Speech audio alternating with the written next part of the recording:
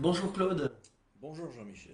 Je suis très très fier d'être reçu aujourd'hui dans ton bureau. Mais c'est un plaisir pour moi. Et le plaisir, il est partagé, tu le sais. Le mouvement délibéré prend de l'ampleur. Et le mouvement délibéré, il est issu des réseaux sociaux. Il y a quelques années, comme nous l'a dit dans l'interview précédente Jean-Nicolas Boulonnat.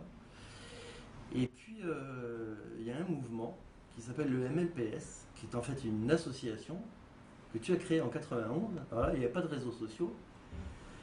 Les lois n'étaient pas rentrées en vigueur. À l'époque, tu avais un petit peu plus de 50 ans, tu étais encore en activité, chirurgien dentiste. Quelle mouche t'a piqué pour créer cette association pour la liberté de la protection sociale? Et là, c'est une mouche qui s'appelle Liberté, comme le disait Jean-Nicolas Boulois dans une interview précédente. En réalité, c'est une mouche qui venait de loin, parce que ça faisait très longtemps que je me battais au niveau médical pour en finir avec la dictature de la sécurité sociale. Et j'avais constaté avec infiniment de peine pour la France que la liberté médicale se perdait. Et par conséquent, tous ces combats que nous avions menés, notamment nous avions en 1981 lancé une association qui était plutôt un groupement de syndicats avec Bernard Debré, qui s'appelait Solidarité médicale, dont l'objectif était justement de s'opposer à la nationalisation de la médecine que projetait le gouvernement issu de l'élection de M. Mitterrand. Nous avions réussi. Et c'est l'échec, ensuite, de tout le reste. C'est-à-dire que nous avions des victoires, et à la fin, c'était quand même la sécurité sociale dont le rouleau compresseur s'imposait. J'en ai déduit que l'irruption des affaires européennes dans notre précaré français allait nous permettre de changer la donne. Je savais, en 1991, qu'avait été signé en 1986 un traité européen fondamental, l'acte unique, qui allait libérer les frontières intérieures de l'Europe, et par conséquent allait en découler la liberté de la protection sociale. Encore fallait-il l'imposer. D'accord. Ce document, tu l'avais compulsé ou des amis à toi J'étais parfaitement au courant. C'était un événement politique majeur, hein, ouais. C'était pas un secret. Ouais, parce qu'en fait, ma question, c'est tu étais chirurgien dentiste, mais quelque part, c'est un peu ta passion. Non, c'était plus que ma passion. C'était un combat que je menais depuis plus de 30 ans. Ouais. J'ai été élu président de syndicat à l'âge de 27 ans, sans l'avoir voulu d'ailleurs, ce qui est quand même assez peu ordinaire. Et donc, à ce moment-là, j'ai entrepris le combat pour la liberté de nos professions. Et donc, j'ai suivi de très près toutes les actions politiques et les actions européennes. Et j'en ai déduit, au bout d'années et d'années de combat, que nous n'obtiendrions pas de résultats en France sans le soutien de l'action européenne. Et j'avais suivi avec passion la construction européenne et notamment ce qu'elle donnait sur le plan positif pour nous, c'est-à-dire la libre circulation de tous les Européens, ce qui induisait obligatoirement la fin des monopoles. Ce qui s'est passé. Donc tu crées une association, est-ce que tu sais d'avance que le combat, il va être compliqué? Donc, je le sais évidemment, puisque les commissaires européens avec qui nous en avions discuté nous avaient parlé avec un mélange d'admiration et de commisération. Ils nous admiraient un petit peu quand même parce que nous allions nous lancer dans un combat difficile, ils le savaient, et en même temps, ils savaient ce que nous allions affronter. Mais nous le savions aussi, et moi je m'étais fixé un horizon qui, il y a 10 ans, me paraissait raisonnable, c'est-à-dire nous étions en 1991, je savais que la date limite d'entrée en vigueur de la liberté de circulation, c'était 1993, donc à ce moment-là, allaient intervenir des textes, forcément, et nous le savions aussi, puisque nous étions quand même informés, des textes qui allaient libérer la protection sociale, qu'ensuite il faudrait les insérer dans le contexte français, et qu'à partir de là, donc, il faudra un combat, parce que nous savions très bien qu'en face de nous, il allait y avoir tous ceux qui voulaient le statu quo, ce que Milton Friedman, le fameux prix Nobel d'économie, appelle la tyrannie du statu quo. D'accord. Donc je savais qu'il faudrait au moins 10 ans. Ce que je ne savais pas, c'est qu'il en faudrait plus de 20. Ouais. Alors, le premier jour de la liberté, c'est, pour toi, le premier jour de la liberté, en ce qui me concerne, c'est le 1er juillet 1994, qui était dans les textes le premier jour de la liberté pour tout le monde. Et comme il faut être assuré au premier euro, tu vas chercher des assurances. Je vais chercher des assureurs. Tu prends ton bâton de pèlerin. Voilà, je parcours l'Europe, si je puis dire, parce que les grands assureurs se défilent. Oui. Les assureurs moyens sont plus réceptifs Mhm.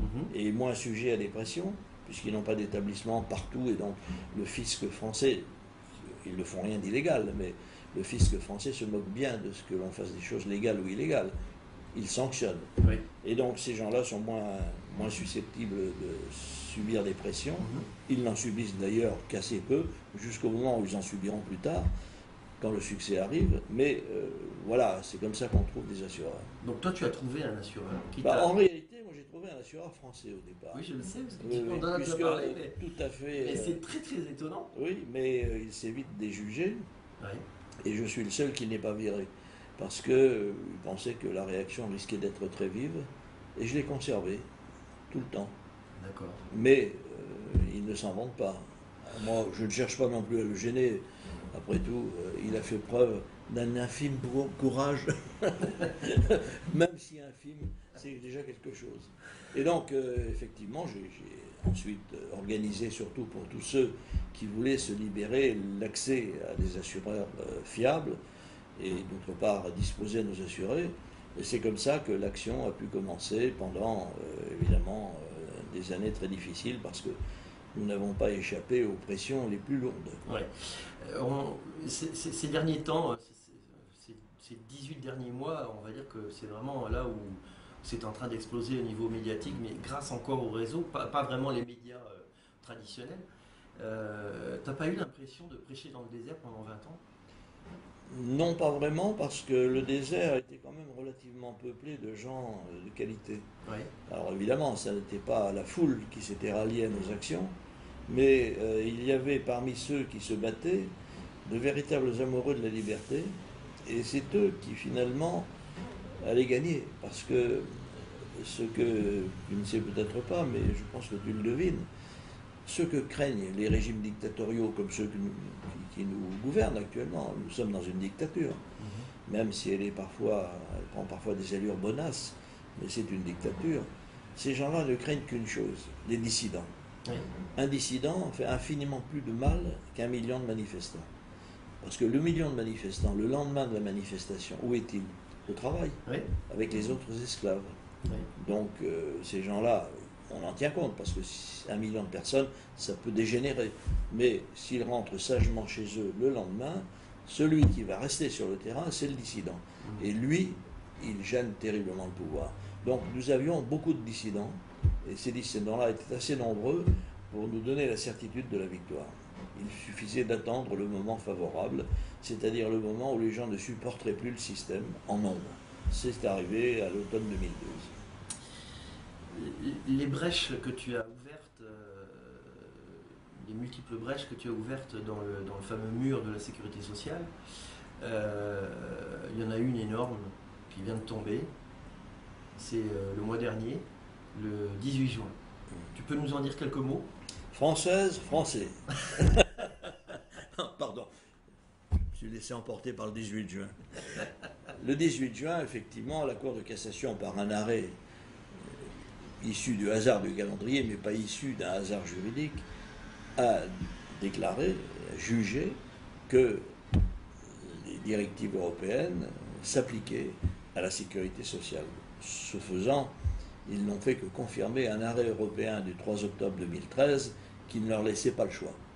Donc ils l'ont fait en se contorsionnant un peu, c'est-à-dire en disant oui, c'est pas tout à fait vrai, mais c'est vrai tout en étant pas vrai. Ils ont quand même tranché très nettement.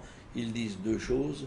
La première, c'est que on peut choisir son système de sécurité sociale, d'assurance sociale, de protection sociale. Et deuxièmement, que les caisses de sécurité sociale sont bien, comme le dit la Cour européenne, des entreprises, donc en concurrence, et que leurs clients sont non plus des assujettis, mais des consommateurs. Des consommateurs. C'est le mot important. Le mot est très important parce que cela veut dire que les caisses de sécurité sociale, quelles qu'elles soient une caisse primaire d'assurance maladie, l'URSSAF, le RSI, les caisses de retraite, toutes ces caisses sont des entreprises et leurs affiliés ne peuvent pas l'être sans un contrat. c'est le code de la consommation qui l'exige. Il ne suffit pas d'un accord tacite, il faut un contrat en bonne et due forme. Tout à fait. La sanction d'ailleurs peut être très rude, car ceux qui prétendraient affilier les gens sans contrat encourent des peines de prison. Il faut le savoir, des peines d'amende très lourdes et des peines de prison. Alors, nous sommes dans un contexte radicalement nouveau, bien qu'il soit au fond très ancien. Les directives européennes de 92 ne disaient rien d'autre. Mais elles ont été enfin confirmées. Elles ont été enfin confirmées après des années et des années d'obscurantisme. Il n'y a pas d'autre mot, parce qu'il faut quand même se dire une chose. Quand on raconte ce que je suis en train de vous raconter, les gens doivent se dire, mais pourquoi a-t-il fallu tant de temps? Mais c'est parce que ceux qui nous gouvernent ne voulaient pas. Mais c'est une bonne question, j'allais te la poser. Ah bon? Ah, quelle chance! Et donc, effectivement, les gens du pouvoir, qui pourtant avaient signé les textes. Oui. Bon, la construction européenne s'est faite, il est vrai, dans un contexte qui n'était pas celui d'un appel au peuple. C'est-à-dire que les constructeurs de l'Europe se disaient qu'à chaque étape risquait de se créer une espèce de confédération des mécontents, d'éléments de démagogie, enfin bref, toutes choses qui pouvaient faire capoter l'entreprise européenne. Ça a été sa faiblesse, et ça l'est toujours. Oui. Parce qu'il aurait mieux valu expliquer au peuple ce qui se faisait, et non pas de manière indirecte, mais de manière directe. Mais enfin, ça n'est pas ce qui a été fait. Donc, nous avions face à cela la grande difficulté qui consistait à ne pas pouvoir faire appel à un peuple qui n'avait pas été consulté. Donc nous avons été obligés de faire appel à l'opinion publique par des biais, parce que nous n'avions pas accès aux grands médias. Et donc tout ce qui s'est passé pendant toutes ces années, ça a été un refus viscéral de la classe dirigeante française. Oui, qu'elle soit de droite ou de gauche. Qu'elle soit de droite ou de gauche, de se plier, premièrement, à des textes qui avaient été démocratiquement votés, transposés par des lois votées par le Parlement, oui. Et tout ceci sans consulter le peuple. Parce que ce que ces gens nous disent, la sécurité sociale, c'est bon pour vous, disent-ils au peuple. Mais le peuple, on ne lui a jamais demandé si c'était bon pour lui. Oui. On lui a bourré le mou en lui disant c'est le meilleur système du monde. Bon, après tout, s'il est le meilleur du monde, d'abord faut le démontrer. Il faut le dupliquer au reste du monde. Voilà. Et il faut le dupliquer au reste du monde, comme tu le dis très exactement, ce que nous n'avons pas constaté. Ah. Donc il y a un bug. Nous sommes au moins dans une interrogation, et il se trouve que ce qui s'est passé, c'est que nous avons dû vaincre les mensonges d'État qui ont été organisés sur le plan technique par les hauts fonctionnaires qui gouvernent la France en réalité. L'homme politique, comme le disait un de mes amis députés, n'est qu'un nénuphar, c'est le plus bel ornement de la mare. Celui qui dirige, c'est un haut fonctionnaire. Ce sont les hauts fonctionnaires dont nous sommes actuellement les victimes. Ces gens-là qui d'ailleurs ont profité amplement de leur trucage, parce qu'ils se sont fait nommer ensuite à de hauts postes de la sécurité sociale. Il faut savoir que leur action n'a pas été totalement désintéressée, au moins sur le plan des engagements qu'ils ont pu obtenir par la suite. Mais enfin, tu m'étonnes. Oui, je sais que tu es stupéfait de cette révélation bouleversante, mais voilà, c'est ça qui s'est passé. Et donc, tout ceci m'incline à penser deux choses. La première, c'est que s'il n'y a pas dans un pays des hommes et des femmes déterminés à faire prévaloir des idées qui sont celles du peuple, des idées de liberté tout simplement, eh bien rien ne se passe. Et deuxièmement, que lorsque l'on entreprend un combat de ce type, il faut être prêt à une très longue marche. Parce que la longue marche célèbre dans l'histoire, c'est celle de Mao, dont je ne suis pas un fidèle supporter, comme tu le sais. Mais elle a duré 1 an. La nôtre a duré 25 ans pratiquement, puisque de 91 à maintenant, 24 ans. Ça me fait penser à une génération sacrifiée. Oui, c'est une forme de génération sacrifiée. En tout cas, elle a été sacrifiée dans les résultats à obtenir, mais elle s'est sacrifiée. Parce que ce qui s'est passé dans cette affaire, c'est que jamais, à un seul instant, nous n'avons oublié que nous menions une action pour la France. On n'a jamais mené une action pour nous. Nous n'avions pas d'intérêt personnel à cette action. Nous avions un intérêt d'idée, puisque la liberté, c'est une idée qui est la plus forte du monde, et nous avions un sentiment patriotique, celui de libérer nos compatriotes, précisément, du joug de la sécurité sociale qu'ils n'avaient jamais choisi et qui, surtout, les condamnait à la régression économique et qui condamnait notre pays à ce qu'il vit actuellement, un désastre économique et un désastre social. Et donc nous avions entièrement raison, mais aujourd'hui, et c'est là que j'insiste toujours lorsque l'on m'interroge, aujourd'hui il y a des solutions au mal français. Oui, alors que si nous n'avions pas mené cette action, nous serions dans le désespoir complet. Et nous avons précisément ouvert la porte de l'espoir, ce qui est le plus important dans une nation. C'est ce que j'ai compris lorsque je t'ai rencontré pour la première fois à Rouen. Je m'en souviens. J'ai pris le temps de pause qui est privilégié lorsqu'on prend le train. C'est un des rares moments où on peut s'asseoir et réfléchir dans notre vie un peu speed. J'en ai d'ailleurs l'expérience, puisque je prends le train pratiquement 1 ou 2 fois par semaine en ce moment, et depuis je réfléchis de mieux en mieux. Alors tu vois, tu devrais le prendre plus souvent.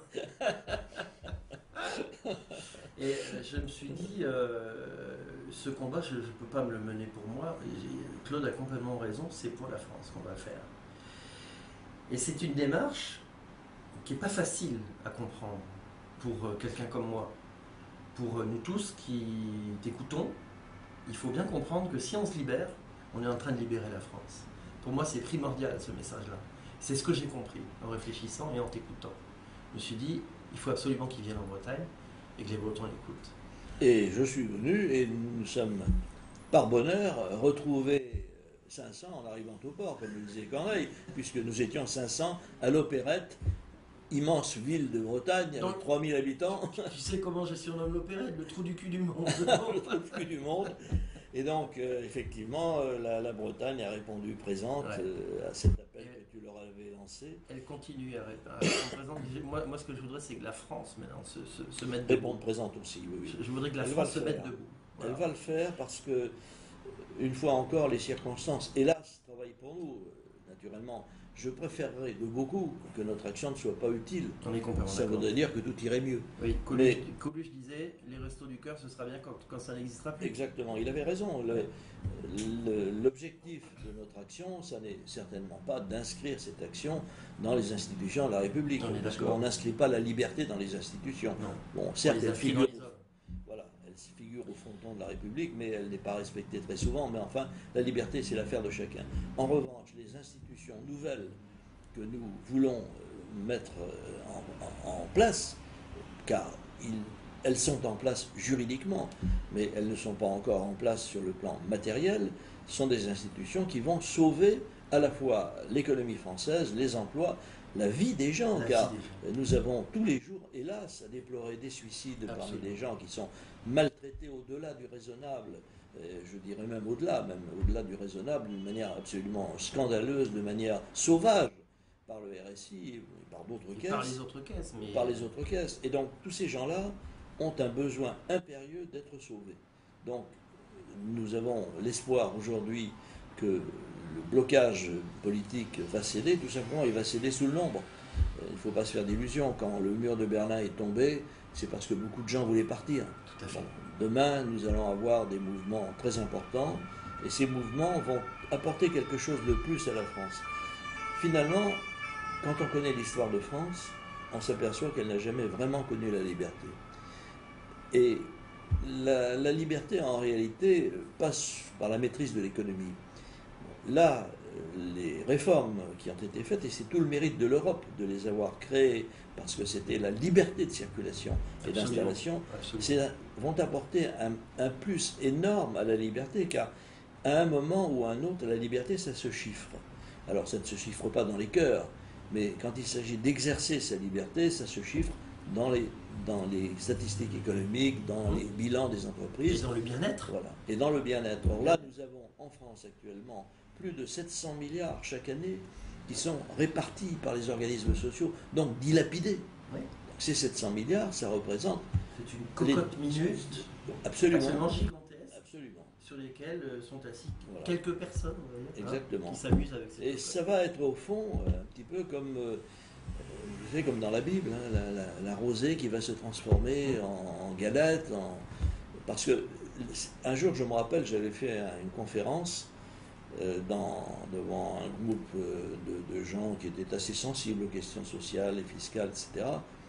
Et à un moment, j'ai interrompu ma conférence en disant, écoutez, maintenant, afin de ne pas vous ennuyer trop, je vais effectuer un tour de magie.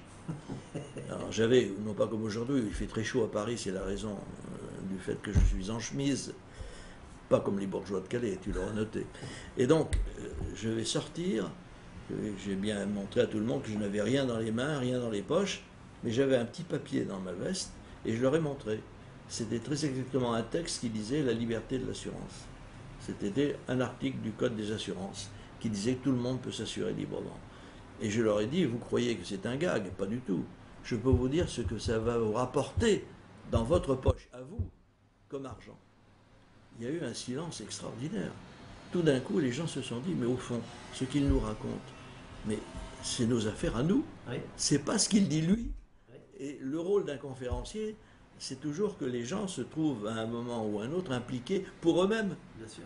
Et donc, dans les chaumières, ceux qui étaient là me reparlent parfois encore de mon tour de magie. C'est bien des rares que j'ai pu accomplir. Bon, écoute Claude, on va conclure. Je te demande d'annoncer un dernier message pour les libérés de France et les futurs libérés, et notamment au mouvement des libérés.